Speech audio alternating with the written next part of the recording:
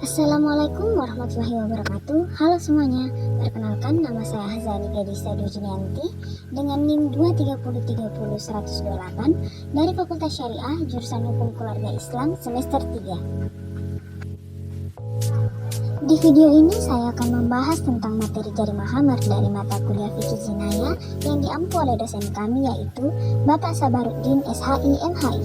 Pertama-tama kita harus tahu dulu apa sih jarimah khamar itu. Jadi, jarimah khamar adalah tindak pidana dalam hukum Islam yang berkaitan dengan produksi, distribusi, atau konsumsi minuman memabukkan atau khamar. Secara bahasa, khamar berarti sesuatu yang menutupi atau menghilangkan akal. Dalam Islam, khamar mencakup segala jenis minuman yang dapat menyebabkan mabuk dan kehilangan kesadaran. Dasar hukumnya yaitu yang pertama ada dalam Al-Quran. Quran Surah Al-Maidah ayat 90-91 menyebutkan bahwa khamar termasuk perbuatan setan dan membawa kerugian.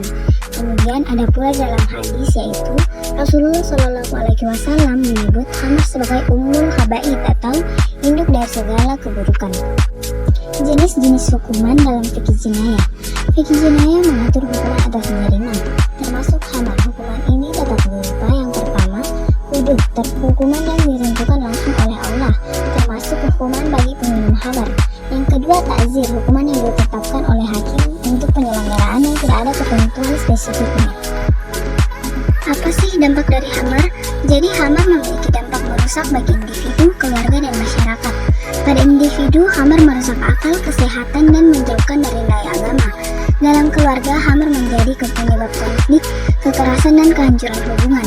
Secara sosial, khamar meningkatkan kriminalitas, kecelakaan, serta mengganggu stabilitas ekonomi dan moral masyarakat. Cara membuktikan orang yang minum khamar itu mudah. Pertama, tanyakan langsung apakah dia mengaku minum. Kalau dia jujur dan mengaku, itu sudah bisa jadi bukti. Kedua, cari saksi, yaitu 2 orang yang melihat dia minum. Saksi ini harus orang yang jujur. Ketiga, perhatikan tanda-tandanya. Misalnya bawa alkohol dari mulutnya, jalannya sempoyongan, atau bicaranya tidak jelas seperti orang mabuk. Kalau semua bukti itu sudah ada, berarti dia memang minum khamar. Jadi gimana upaya penanggulangannya? Jadi penanggulangan khamar itu biasanya lewat beberapa cara. Pertama, ada edukasi biar orang tahu bahaya alkohol.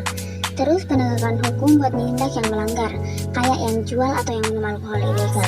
Juga ada pengawasan ketat di tempat jual alkohol. Bagi yang udah kecanduan, ada program rehabilitasi buat bantu mereka lepas.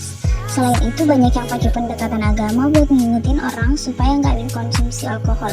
Jadi, upaya ini buat ngurangin dampak negatif dari alkohol.